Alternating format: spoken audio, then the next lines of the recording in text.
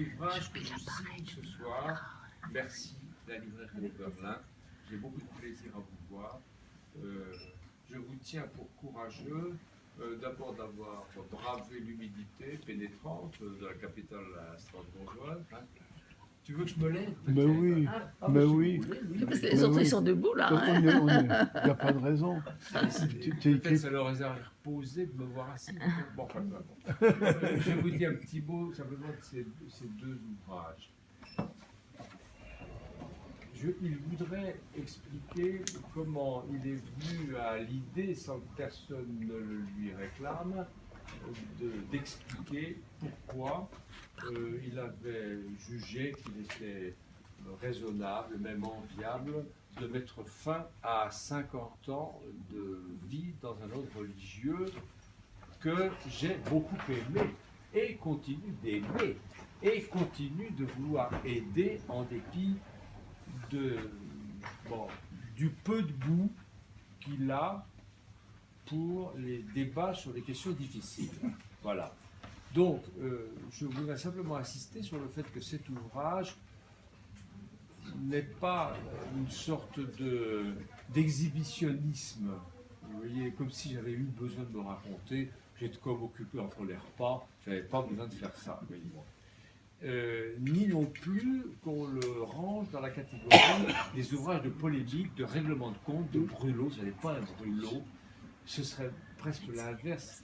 J'y vois, quant à moi, une sorte de main tendue, mais pas seulement vers l'ordre dominicain, d'avoir à assumer certaines contradictions et certains problèmes qui sont liés à l'époque, à la mondialisation, à l'allongement de la vie, etc., mais aussi à l'Église et peut-être même à la société. Alors je les énumère, si vous voulez, ces problèmes.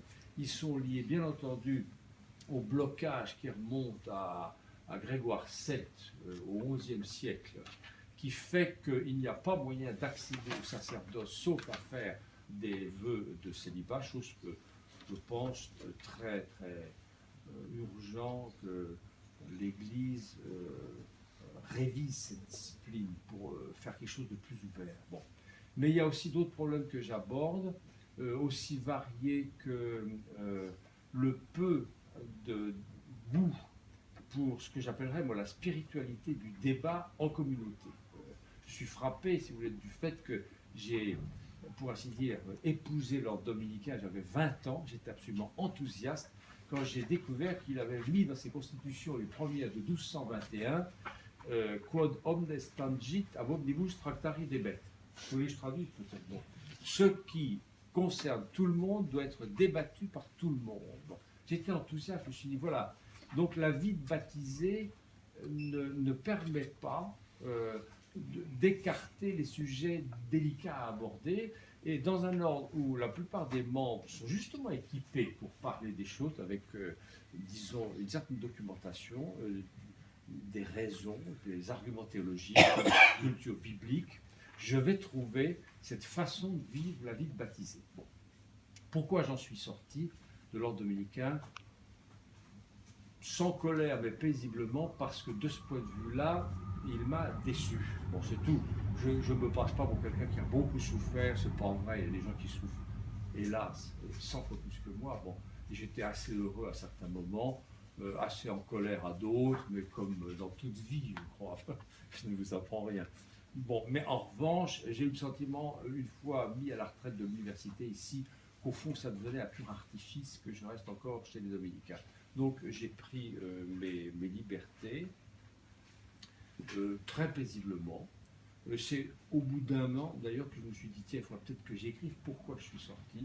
Et ça a donné ce livre, donc, qui aborde un certain nombre de sujets, dont l'absence chronique de débats vivants dans les communautés, mais aussi bien la montée de l'anti-intellectualisme dans l'Église depuis la fin du Concile Vatican II, que je trouve assez sensible, la baisse calamiteuse du degré et de la qualité des homélies dans l'Église, donc beaucoup de laïcs en ont jusque-là, la place difficile du prêtre et des religieux dans une France qui devient de plus en plus malade de sa laïcité, le maniement de l'argent par l'Église, le problème de savoir qui contrôle ce qui est exposé dans les églises, tout le problème du rapport de l'Église à l'art contemporain, etc., etc. Donc vous voyez, il y a un certain nombre de problèmes qui sont abordés à chaque fois de façon assez synthétique, évidemment, je ne veux pas faire un traité où je réserve de traiter les choses de manière systématique, mais dans des ouvrages savants, dans des articles érudits, etc.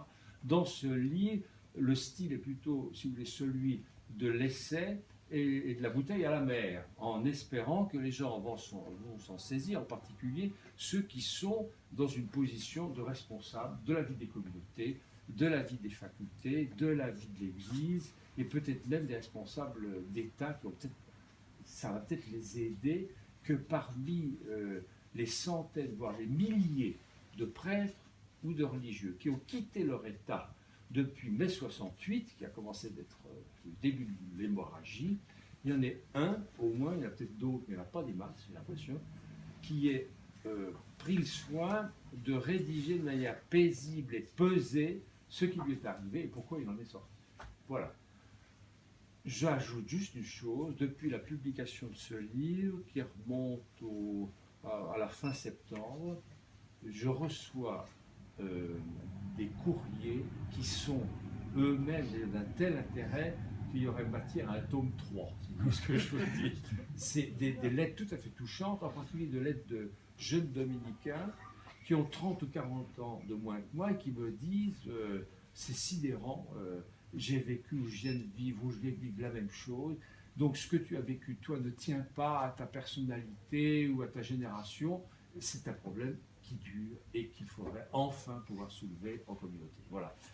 Et d'autres lettres en plus de gens qui se situent à un niveau, alors qui n'est plus celui du religieux, qui enclenche une vie religieuse, mais au niveau des responsabilités de l'université ou de l'État. Un jour, je vous menace de publier ce tome 3. Voilà. Merci d'être venu.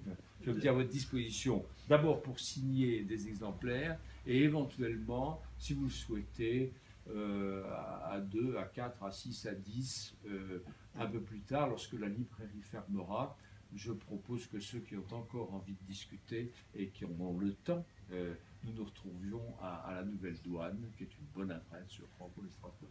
L'ancienne. Merci.